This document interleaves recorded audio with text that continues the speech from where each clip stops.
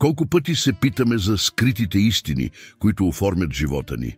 И ако в търсене на отговори откриваме, че това, което искаме най-много, е по-близо, отколкото си представяме, но скрити под слоеве на болка и тайна.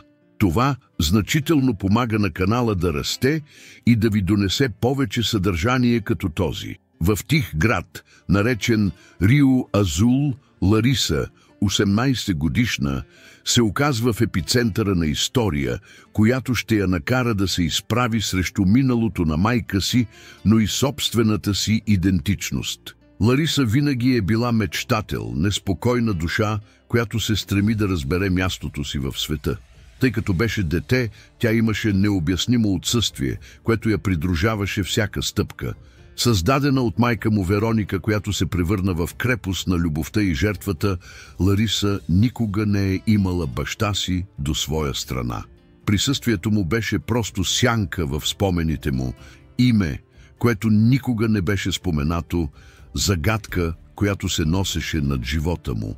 Докато колегите му разговаряха за техните семейства, за връзките, които ги обединиха, Лариса се чувстваше изолирана, сякаш носеше невидима тежест. Тя мечтаеше да се срещне един ден, като разбираше какво е довел Вероника да мълчи за нейното съществуване.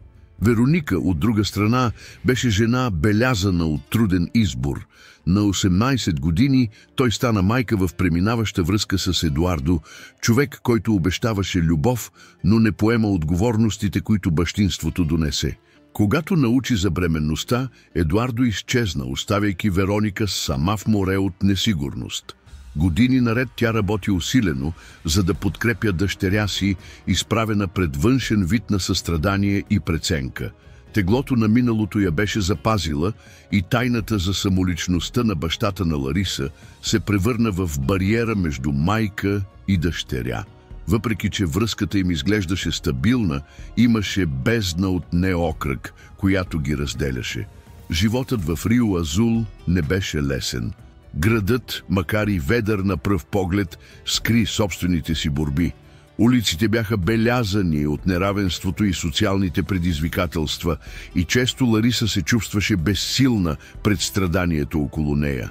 Работейки като административен асистент през деня и учи през нощта, тя мечтаеше един ден да промени реалността си и тази на майка си, но липсата на ресурси и натискът на ежедневните й задължения направиха това постижение далечна цел. Дискусиите между майка и дъщеря станаха по-чести, тъй като Лариса настояваше да научи повече за баща си. Желание Вероника отказа да се срещне. Нощите бяха особено трудни. Когато битките удариха кулминацията си, Лариса потърси облегчение на градския площад, където Тадео, уличен музикант, свири на китарата си. Песента на Тадео, мека и меланхолична, включваше Лариса като успокояваща прегръдка и бавно той се превърна в негов доверен. За нея той беше фигура на баща, някой, който я слушаше без преценка. Но това, което Лариса не знаеше, е, че Тадеус всъщност е бил неговият биологичен баща, човекът, който е бил отстранен от живота си чрез болезнен избор. Трагично събитие би променило всичко. В една съдбовна нощ Тадеус беше нападнат от група млади хора, които счупиха китарата си, а Лариса 10 беше принудена да разбере повече за живота на приятеля си. Когато посещаваше Тадеус в болницата, истината се появи на бял свят чрез местна полиция. Мъжът, който винаги е бил негов съветник и източник на комфорт, е бащата, който е търсил толкова много. Шокирана и дезориентирана, Лариса поиска отговори от Вероника, която се мъчеше да скрие болката си и вината, която я придружаваше. Сега истината беше изложена и Лариса трябваше да реши дали ще успее да прости на бащата, който никога не е познавала, докато Вероника се изправи пред миналото си и страховете, които й попречиха да разкрие истината. Тадеус от своя страна щеше да се опита да поправи минали грешки и да покаже на Лариса, че въпреки недостатъците си, той иска да бъде част от живота си. В този сценарий на откровенията и помиренията Лариса се озовава на емоционален кръстопът, където всеки избор ще оформи не само нейното бъдеще, но и връзката с майка си и мъжа, който толкова дълго време представляваше само едно отсъствие. В разгара на тази буря от емоции, тя започва да поставя под въпрос всичко, което знаеше за себе си и за своята идентичност, оспорвайки бариерите, които обществото и собственото й минало наложиха. Търсенето на отговори не е просто пътуване за откриване на истината, а възможност за възстановяване на връзките и намиране на собствения глас в свят, пълен с мълчания. Откровението на истинската идентичност на Тадео остави Лариса във вихър от емоции. Объркването и гневът поеха нейното същество, като я накараха да се чуди как може да се довери на мъж, който до този момент беше просто въображаема фигура на баща. Вероника от своя страна беше в капан между вината и необходимостта да защити дъщеря си. Боевете станаха по-интензивни и отношенията между майка и дъщеря постигнаха почивка. С всяка разменена дума Лариса се чувстваше така, сякаш е открити рани, които никога няма да заздравеят. Лариса реши, че има нужда от отговори и в разгара на това търсене намери подкрепа в Джулия, приятел на училището, който винаги й се възхищаваше на силата и решителността. Джулия, млада активистка, участва в социални каузи и често говори за важността на борбата за справедливост и равенство. За Лариса това приятелство беше сигурно убежище. Натискът да се съобрази с очакванията на Джулия обаче започна да тежи върху раменете й. Докато Джулия открито защитаваше идеята да потърси истината, Лариса се поколеба, опасявайки се от последствията от отварянето на стари рани. Първото предизвикателство дойде, когато Лариса реши да се изправи срещу Тадеус в болницата. Образът му, лежащ в легло, заобиколен от монитори и тръби, я накара да почувства възел в гърлото. Когато я видя, на устните й се появи крехка усмивка, но Лариса не можеше да я върне. Думите бяха заседнали в съзнанието й и объркването й попречи да говори. Тадеус, осъзнавайки напрежението във въздуха, се опита да обясни причините си, но всяка оправдание само изглежда увеличава болката, която Лариса вече изпитва. Защо не ме взе? Тя постави под въпрос гласа си, треперещ. Можех да те позная, имах шанс да бъда твоята истинска дъщеря. Тадеус се опита да се оправдае, но всяко обяснение беше като рязане на нож по-дълбоко. Той говори за своите слабости, страхът да не е отсъстващ баща и как съдбата го отклони от семейството си. Но думите му изглеждаха празни за Лариса. Гневът и тъгата се смесиха и желанието да се разбере стана по-силно и по-силно. Обещанията за бъдеще заедно изглеждаха илюзия. На следващия ден Лариса се оказа изправена пред морална дилема. Докато той разговаряше с Джулия, която я насърчаваше да действа и да се бори за справедливост, част от нея просто искаше да се отдалечи от цялата тази болка. Как бихте могли да се борите за баща, който се е провалил с нея? Дискусиите за здравната система, социалното неравенство и предизвикателствата, пред които са изправени хора като Тадеус, резонираха в съзнанието им, но спешността за решаване на собствения им живот става все по-належаща. Напрежението се увеличи и Лариса започна да изпитва тежест в собствения си дом. Вероника, която някога беше нейното сигурно убежище, сега изглеждаше странно. Болките от миналото преляха в разгорещени дискусии, където всяка остра дума изглеждаше ехо от най-дълбоките му несигурности. В един от тези моменти Вероника разкри със сълзи в очите, че тя винаги се страхуваше, че миналото на Тадеус се повтаря. Страхът, че той не може да бъде бащата, който Лариса заслужава да я парализира от години. «Не разбираш, Лариса!» извика Вероника, гласът се зарежда от болка. «Направих каквото можех, за да те защитя. Какво бихте направили, ако той се провали отново?» Тези думи резонираха в съзнанието на Лариса като оглушително ехо. Тя се озова във вътрешна борба между желанието да знае истината и страха от това, което може да означава тази истина. В същото време приятелството с Джулия започна да се изморява. Активистката със своите страстни убеждения не разбра колебанието на Лариса Разговорите станаха понапрегнати и Лариса започна да се чувства притискана, за да заеме позиция, която в този момент не беше готова да поеме. Всеки ден крехкостта на техните отношения ставаше по-очевидна. Тадеус, дори хоспитализиран, се опита да се свърже с Лариса чрез съобщения и обаждания, но нейната съпротива изглеждаше непреодолима. Търсенето на отговори се превръщаше в емоционална тежест и съмненията започнаха да разрушават не само отношенията му с баща му, но и приятелството му с Джулия и увереност в майка му. Лариса беше на ръба на емоционалния срив. Нощите в ясните станаха често срещани и мечтите за по-доброто бъдеще изглеждаха все по-далечни. Натискът на всички очаквания, както на майка му, така и на Джулия, водеше до почивка. В разгара на тази буря се запазва въпрос: как може да стане това, което всъщност е тя, ако животът й винаги е бил оформен от тайни и лъжи? Търсенето на истината не беше само за Тадеус. Става въпрос за това, което Лариса искаше да бъде в свят, който сякаш беше против нея. Изборът, който тя направи от този момент, не само ще оформи бъдещето й, но и ще определи какво означава да бъдеш част от семейство, общност и себе си.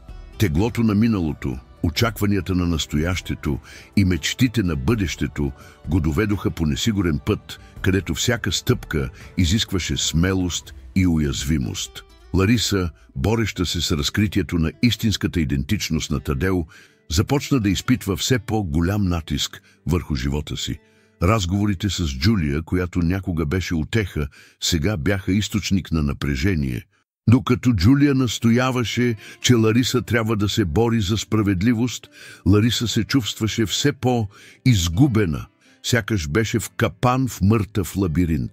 Приятелството започна да се срива под тежестта на очакванията, а мъката да не съответства на това, което Джулия очакваше, я направи още по-затруднено. За да усложни допълнително ситуацията, Лариса получи неочаквана връзка от журналист, който разследваше миналото на Тадео. Репортерът искаше да знае мнението на Лариса за ситуацията на баща си и как се чувстваше към нейната история. Лариса се поколеба. Идеята да изложи болката и уязвимостта си на непознат изглеждаше непоносима. В същото време обаче възможността да бъде чута я привлече. Но в съзнанието му се появиха образи на Вероника с притеснение и поглед и болката да се наложи да се справи с миналото, и това я върна назад. Този нов натиск започна да се проявява физически. Лариса не можеше да спи и следователно нейните училищни оценки започнаха да падат. Тя беше изтощена и често имаше главоболие, което не я оставяше на мира. Емоционалният стрес превзема тялото й и липсата на домашна подкрепа само засили това чувство на самота. Вероника, потопена в собствените си страхове, не осъзна колко страда дъщеря й. Атмосферата у дома, която някога беше приют, сега се превърна в бойно поле, където остри думи и тежки мълчания надделяха. Междувременно Тадео, дори болен, отчаяно се опита да общува с Лариса. Той изпрати съобщения пълни с надежда, говорейки за бъдеще, което мечтаеше да строи до нея. Но всяко съобщение беше като напомняне за болката, която изпитваше. Всеки опит за подход изглеждаше като нова тежест. И Лариса започна да се чуди дали всичко това си заслужава. Образът на идеализиран баща и реалността на Тадео, с неговите неуспехи и слабости, брутално се сблъска в съзнанието му. Вероника от своя страна се бори с собствените си демони. Вината я погълна и идеята, че дъщеря й може да се нарани отново в състояние на постоянно предупреждение. За да защити Лариса, Вероника започна да става все по-контролираща, което, по ирония на съдбата, допълнително предпазва дъщеря си. Дискусиите станаха чести и любовта, която преди се присъедини към майка и дъщеря, изглеждаше нестабилен терен, където всяка стъпка може да доведе до плъзгане. Времето мина и натискът на Джулия да поеме отношението си. Организира се демонстрация в подкрепа на Тадео и други жертви на здравната система и Джулия беше определена като един от основните гласове на движението. Въпреки това, Лариса, консумирана от объркване и съмнение, се поколеба. Страхът от излагане и справяне с болката, свързана с бащата, я парализира. Идеята да стане публична фигура, защитавайки кауза, която я направи толкова уязвима, изглеждаше непоносима тежест. Ситуацията достигна критична точка, когато Лариса при емоционална експлозия реши да се измъкне от всичко и всички. Тя се изолира, бягайки до място, където можеше да мисли. В усамотение, спомените от детството му и моментите на щастието заедно с Вероника започнаха да се появяват, смесени с предателството, което изпитва за Тадео. Болката беше толкова интензивна, че Лариса се озова в момент на дълбоко съмнение. Би ли било възможно да се прости на някой, който я остави в несигурност? Би ли било възможно да се възстанови връзката с майката и все пак да се търси истината за баща си? В този момент на интроспекция Лариса разбра, че няма начин да избяга от собствената си история. Животът изискваше той да се сблъска не само от миналото, но и в бъдещето, което искаше да изгради. Изборът беше в неговите ръце и този избор можеше да предефинира не само връзката му с Тадео, но и връзката му с Вероника и приятелството му с Джулия. С това откровение в сърцето ви започна да се появява нова решителност. Би било време да вземете юздите на живота си, да се изправите пред страховете си и накрая да потърсите истината, че толкова се страхувах. В този процес Лариса не само ще потърси помирение с баща си, но и ще разбере какво наистина означава да бъдеш силен и уязвим в същото време. Начинът би бил труден, но тя знаеше, че това е необходима стъпка за среща. Онзи заглушен следобед, докато Лариса седеше сама на паркова пейка, се случи неочаквано събитие, което ще промени живота й завинаги. Млада жена, която изглеждаше уязвима, се приближи до нея. С изгубен поглед и изражение на отчаянието, момичето започна да говори, като се осмеляваше за собствената си история на болка и изоставяне. Лариса, първоначално неохотно да се отвори, усети как сърцето й се притиска, за да чуе думите на непознатия. Младата жена говори за баща, който я е оставил, самотата, която я е консумирала и ежедневната борба за намиране на смисъл в живота. Емпатията бързо пое Лариса. Сякаш болката на другото момиче озвучи нейната собствена и в момент на връзка тя разбра, че не е сама в битката си. Младата жена разкри, че се е присъединила към група, която се бори за социалната справедливост и правата на жертвите на здравната система и покани Лариса да участва. Въпреки че се колебае, Лариса почувства пламък на надеждата светлина вътре в нея. Това беше възможност не само да изразите болката си, но и да направите нещо значимо, нещо, което може да промени вашата реалност. След като се върна у дома, Лариса беше във вихър от емоции. Разговорът с момичето я беше оставил като облекчен и уплашен. Идеята да се присъедини към движение, което се бори срещу несправедливостите, я накара да се почувства жива, но в същото време страхът да се изложи и да се справи с истината за баща си я парализира. Тя видя как преживява спомените на Тадео, нейните недостатъци и очаквания, които никога не са били изпълнени. Но вместо да бъде консумирана от болка, Лариса започна да осъзнава, че нейната история може да бъде източник на сила, а не с слабост. В следващите дни Лариса разсъждаваше интензивно за разговора, който имаше, и реши, че трябва да се изправи пред страховете си. Идеята да стане активен глас в движение, което търси справедливостта, не само я вдъхновява, но и я предизвика да се изправи срещу реалността на живота си. С тази нова решителност Лариса реши, че вече няма да се скрие. Тя започна да се подготвя за събитието, което Джулия организира, демонстрация в подкрепа на Тадео и други жертви на здравната система. Това, което някога изглеждаше непоносимо тежест, сега се разглежда като възможност за трансформация. Следният начин не би бил лесен. Лариса знаеше, че ще трябва да се изправи пред неодобрението на майка си, която беше все защитна и контролираща. Дискусиите станаха неизбежни, когато Лариса обяви своето решение. Вероника не разбираше защо дъщеря й иска да се включи в нещо, което може да донесе повече болка и излагане. Напрежението между майка и дъщеря се увеличи, но вместо да бъде разтърсено от това, Лариса се почувства по-силна, сякаш най-накрая претендира за собствения си глас. Новата решителност на Лариса не само успорва собствените й ограничения, но и донесе нови възможности. Тя се почувства по-свързана с Джулия и други, които споделят подобни истории. Групата, която срещна, беше пълна с млади хора, които се бориха за промяна, които се подкрепяха един друг в пътуванията си.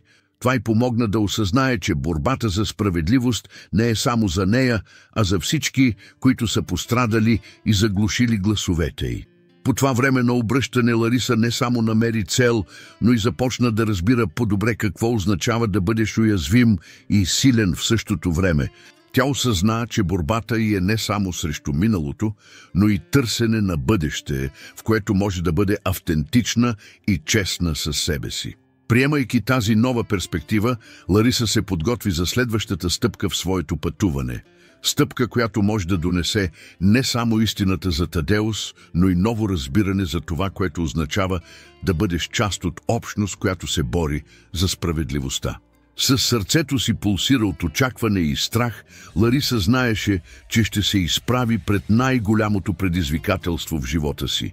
Демонстрацията се приближи и с нея възможността да се изправи не само за миналото, но и на себе си. Беше време да станете, да бъдете чути и накрая да прегърнете историята си като част от нещо по-голямо.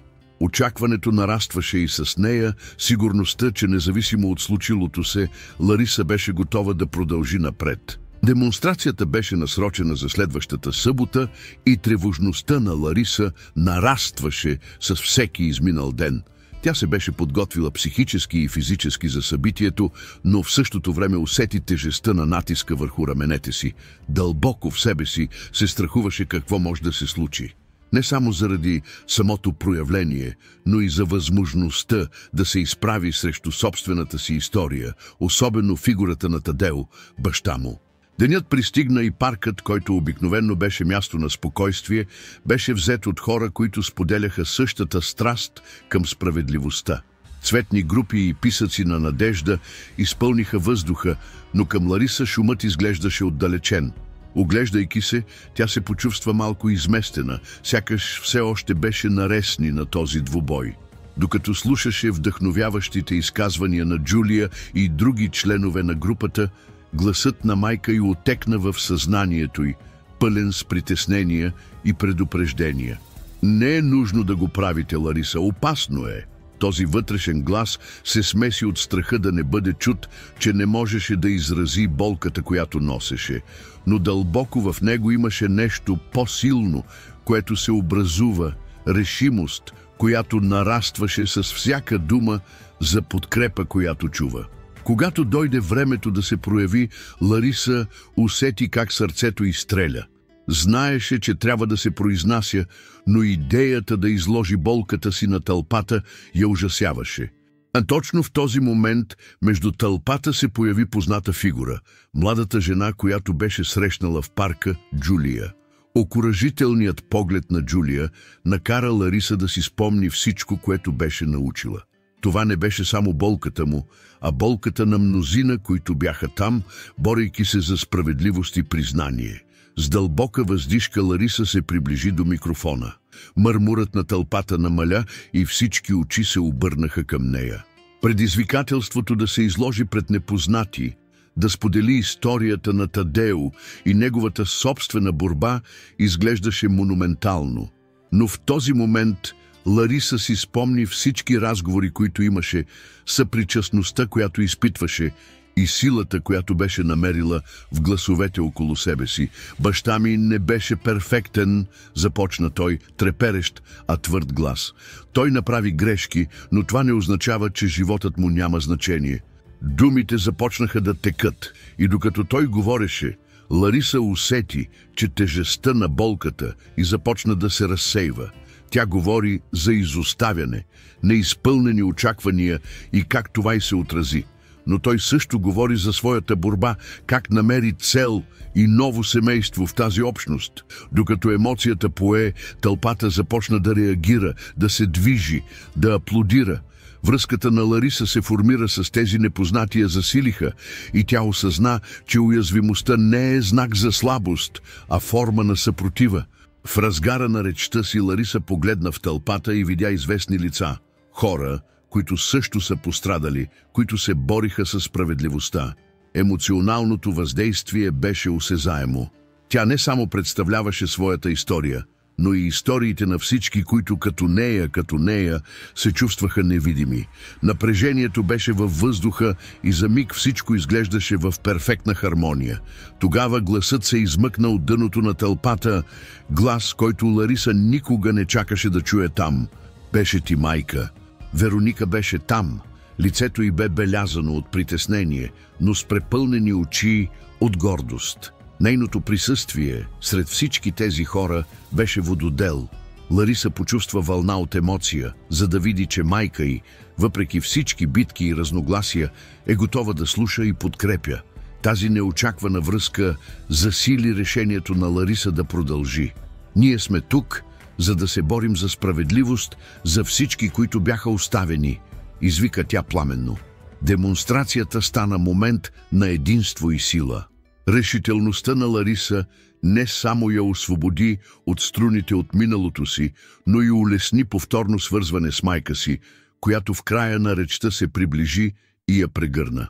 Емоционалното въздействие на сцената се отразява сред присъстващите, затвърждавайки идеята, че заедно могат да направят промяна.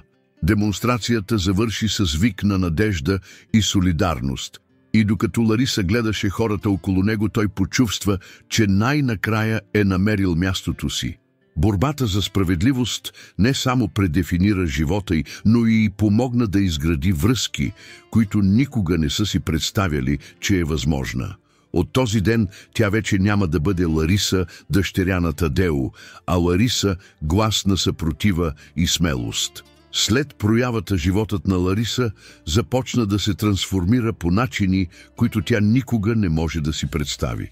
Този акт на смелост не само я освободи от оковите на болка и несигурност, но и донесе нови връзки и възможности. Тя стана активен глас в борбата за справедливост, присъединявайки се към групи, които насърчават социалните промени в общността. Всяка среща, всяка реч я караше да усети, че най-накрая намира своята цел. Лариса осъзна, че историята е само една от многото и сега тя вече не е сама. Вероника, като стана свидетел на смелостта на дъщеря си, почувства гордост, която не е преживяла отдавна. Думите на Лариса резонираха в сърцето й, правейки я да преосмисли собствения си избор и страхове. Тя започна да разбира, че миналото с белезите и нараняванията си вече не е необходимо да определя връзката между майка и дъщеря. Прегръдката, която последва речта на Лариса, беше значителна стъпка към реконструкция на връзката, която беше отслабена през годините. Вероника реши да отвори сърцето си, споделяйки собствените си несигурности и болката, която изпитваше за отстраняване на Тадеус. Тадеус, от своя страна, усети, че любовта, която винаги е имал за Вероника и надеждата да се срещне с Лариса, отново стана възможна. Той започна да посещава общността повече, не само като музикант, но и като ментор за млади хора, които търсят цел. Присъствието му се превърна в символ на преодоляване и устойчивост, и мнозина бяха вдъхновени от историята му на покаяние и изкупление. Лариса и Тадеус започнаха да изграждат нова връзка, една стъпка в даден момент, с искрени разговори и желание наистина да познават себе си. Докато Лариса разсъждаваше върху пътуването си, тя разбра, че демонстрацията не само я пусна, но и обединени хора, които преди това се чувстват изолирани и безпомощни. Тя видя положителното въздействие на нейната смелост върху живота на другите, насърчавайки ги да споделят собствените си истории и да се борят за справедливост. Нейната борба не беше само собствената й болка, но и на по-голямо движение, което търсеше включване и признание за всички, които бяха маргинализирани.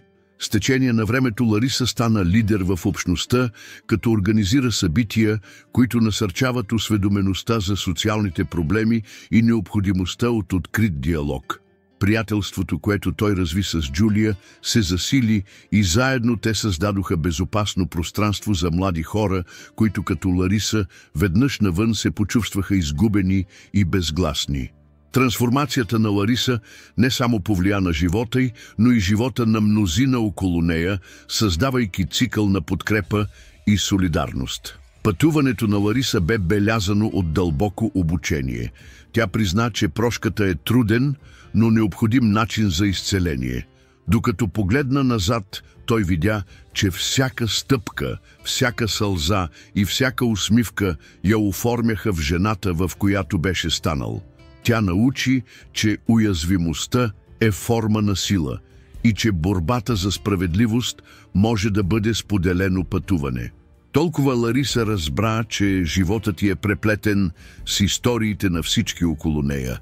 Стана пример, че е възможно да се пренапише разказите и че дори в разгара на трудностите надеждата може да надделее. Това, което някога беше тежест, стана източник на вдъхновение не само за нея, но и за цялата общност. С сърце, пълно с благодарност и ново усещане за цел, Лариса разглеждаше бъдещето с увереност. Тя знаеше, че независимо от предизвикателствата, които възникнаха, тя беше заобиколена от любов и подкрепа. Историята й нямаше окончателен край, тъй като всеки ден беше нова възможност за борба и растеж. И така Лариса стана не само дъщеря на Тадеус, но и жена, която знаеше, че гласът й всъщност може да превърне живота. Борбата за справедливост и приобщаване продължи и с всяка стъпка, която предприе, тя потвърди, че истинската сила се крие в способността да се свързва отново с миналото, да прости и да се насочи към по-добро бъдеще. Видяхте как смелостта и солидарността могат да трансформират живота, дори и в предизвикателни ситуации, като тази на Лариса. Сега искам да знам за вас, как това пътуване играеше сърцето ви. Сблъсквали ли сте се с нещо подобно? Оставете коментара си подолу и ще споделим истории, които могат да вдъхновят другите. И ако ви хареса това съобщение и вярвате, че можете да направите промяна в живота на някого, не забравяйте да се насладите на видеото и да го споделите с тези, които трябва да го чуят днес. И накрая абонирайте се за канала и активирайте камбаната, за да продължите да следвате още истории като тази. Вашето участие е това, което прави това пространство толкова специално.